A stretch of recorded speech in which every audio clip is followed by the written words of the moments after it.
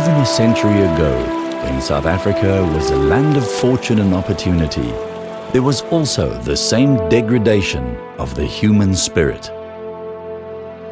Although Mahatma Gandhi left South Africa to take up the cudgels of freeing India, his spirit, based on this truth, continued to fuel South Africa's own liberation.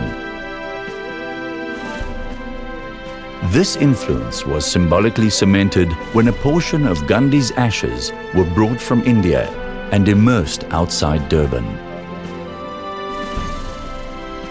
When Mohandas Gandhi came to this land of promise as a young lawyer and encountered this stark contrast, his earnest search for the truth began. During his stay at Inanda, just north of Durban, this search evolved into one of the most powerful tools for non-violent resistance in the world, the philosophy of Satyagraha, a force born of truth. The spirit of Gandhi's non-violence philosophy has permeated South Africa's struggle for liberation. Mewa Ramgobin has made it his life's mission to champion this cause. I was born in Inanda into a family which with time became a little affluent. The most important part of my growth was the contradictions in my own family. A very nice, peaceful family, a very caring family, a loving family. Nonetheless, because we are all fallible, there were contradictions. And one of the contradictions that existed in my family, which embarrasses me at times, but in the spirit of honesty, one cannot deny that this existed. My growth and development was also dependent on a very vicious labor system. The sugar industry at that stage here, dependent to a very large extent on migrant labor from Transkei. And a very vivid memory of one youngster, I knew him as Kampan. To this day, I don't know his surname. We could play around together. During the day, I would laugh with Kampan, I would enjoy bride mealies with him. And come evening, I'll be in the comfort of the four walls of my bedroom, my bed, and looking out through the window, you realized that he goes into the compound. When Mewa was a young, impressionable boy, the inequalities that he found stirred his soul, spurring him onto a political career to fight the injustices that he found around him.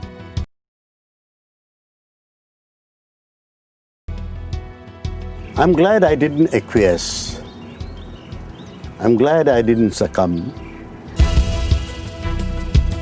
Honesty and truth, the fundamental basis of Satyagraha, is necessary to see beyond this material world in order to heal it. Mewa embraced this quest for truth and to free South Africa from the shackles of oppression. When I look at Gandhi's life and his pronouncements and his way of life, it was a walking symbol of his ideals. He used the words like Daridra Narayan. What is Daridra Narayan? God in the poorest. Serve the poorest of the poor. But the question arises again, why should they be poor and the poorest of the poor? What is this dichotomy? What is this division? Do I have to go and do things for them? Or do I share their responsibility to make a better life for all, which Gandhi calls Sarvodaya? Mewa has so many striking features. A tremendous sense of humility, a total sense of dedication. But he's a very deeply religious man who believes in his Maker. In his own quiet way, he does his prayers at home, he lights the lamp at home, but not the kind of person who will go out and make an issue about it. But there's no question this deep spirituality and this relationship with his Maker is what has sustained him.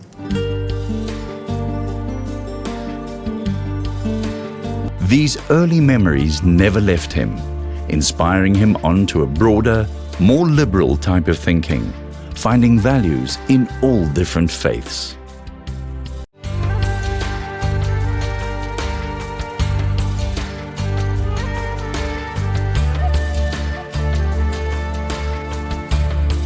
It is very significant that it was here at Phoenix Settlement that the first call was made for the release of Nelson Mandela and all political prisoners in 1971. If Satyagraha is going to work, it will rework in Africa. Mahatma Gandhi and his vision for the world is more relevant now than ever before.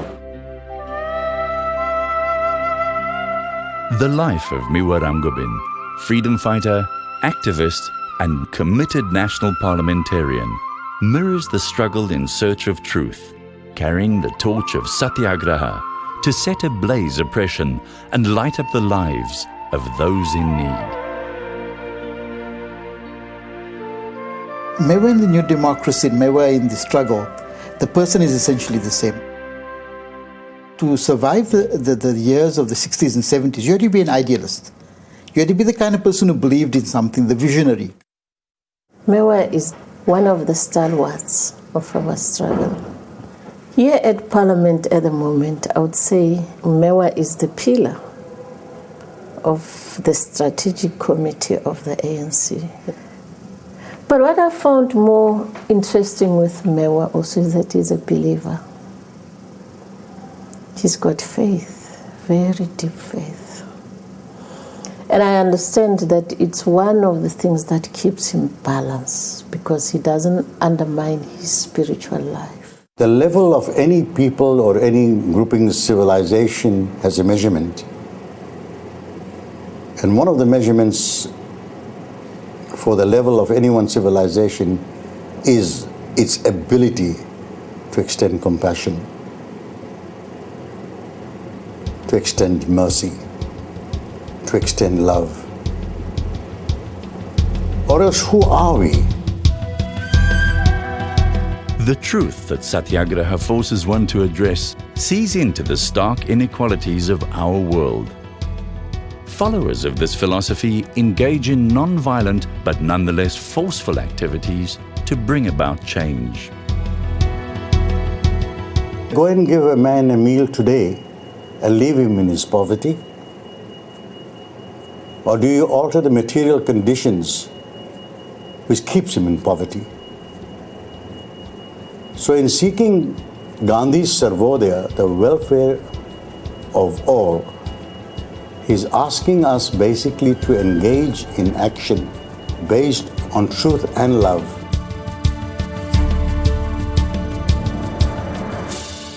The centrality of the Gandhian vision in respect of the poor is very clear to the rest of us. Is it possible for us to survive when we are surrounded by a sea of poverty? Mewa took this philosophy and then said we need to put it into practice. And then he coined the term, the Gandhian trilogy of Ahimsa, Satyagraha and Sarvodaya. And he's honed in on Satyagraha because particularly in this new age and in the very early days of the struggle, Mewa was very clear that he as such was going to follow the path of Satyagraha, of non-violence. Phoenix Settlement, Gandhi's institution, indeed subsequently became a challenge to the apartheid system. A challenge to such an extent that it had to be destroyed by the apartheid system. And it was destroyed in 1985. His stay in Phoenix, as much as it highlights his activism, with the call for clemency, revival of political bodies, education camps, etc., was also the most trying years of police intimidation. I was banned in 1965, again in 1971, then again in 1976, and again in 1981. So for those 17 years, I was both banned, house arrested and banished to this area.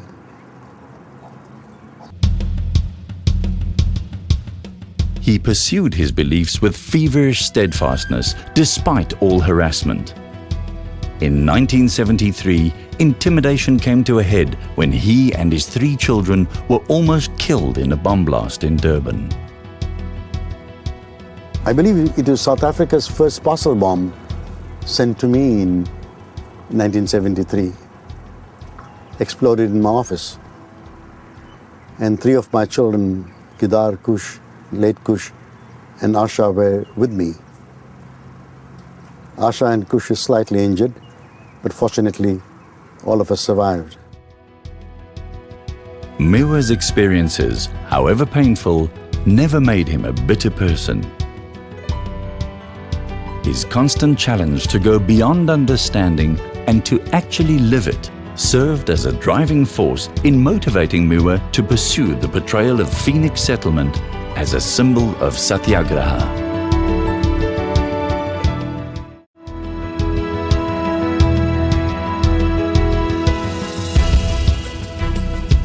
By 1983, there was a massive mobilization of people against the apartheid government, with rampant strikes, consumer boycotts, and rallies being the highlight of the day. Phoenix played a major role in bridging like-minded parties together in the fight against oppression, always stressing non-violence and honesty. The United Democratic Front was thus born. In 1983, the United Democratic Front was established. It was the largest mobilization of people inside South Africa ever against apartheid. And I think that shook the foundations of the ruling order. The South African government at the time was placed in an embarrassing position. The inauguration of P.W. Botha as Prime Minister should have been the news headlines. Instead, Mewa was a part of the freedom fighters that sought political asylum in the British consulate in Durban. Some people thought it wasn't useful, but there's no question in terms of focusing on the struggle and taking the media highlight away from the Botha government. That was an important decision. It was controversial, but he believed it and he said, like, that's what we're going to do. It was a time of heightened political tension, with the international community focusing on Durban. Will be discussed further after the court's judgment. To facilitate the immediate arrest by the South African police of the 3 leaders. The episode of the British consulate upset the government. The government retaliated by instigating a violent division of the people of Inanda, leading to the Inanda riots of 1985.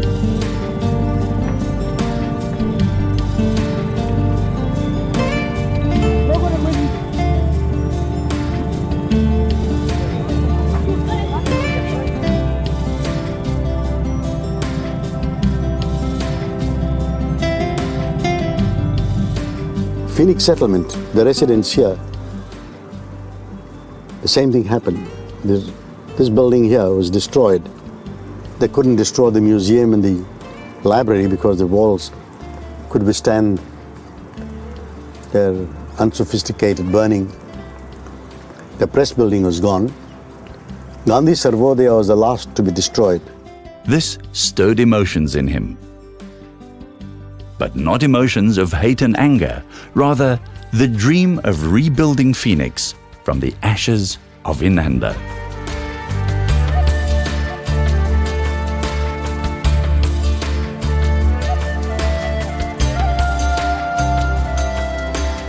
In 1961, there was a particular kind of conduct here, which is Gandhian in concept, which is a very good one, where you had daily prayers of in all different faiths in Sarvodaya, behind me here, where all the children from the settlement got together.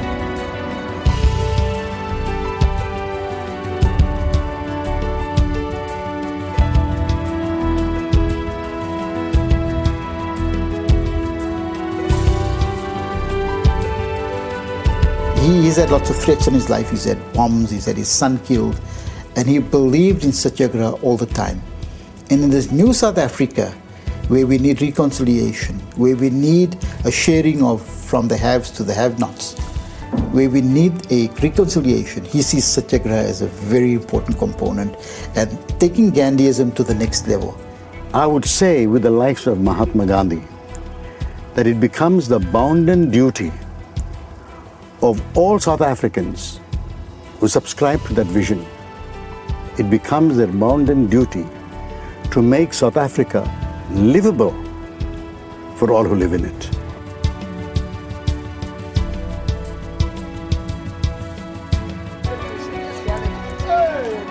When we say we have got to fight poverty, we have got to address the question of homelessness, we have got to find freedom from bad health, from illiteracy, from homelessness.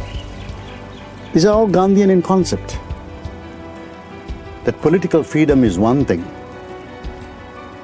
but the total liberation of human beings from want, from disease, from poverty, from illiteracy, from homelessness is another. He has walked a long road, a journey filled with many trials and tribulations.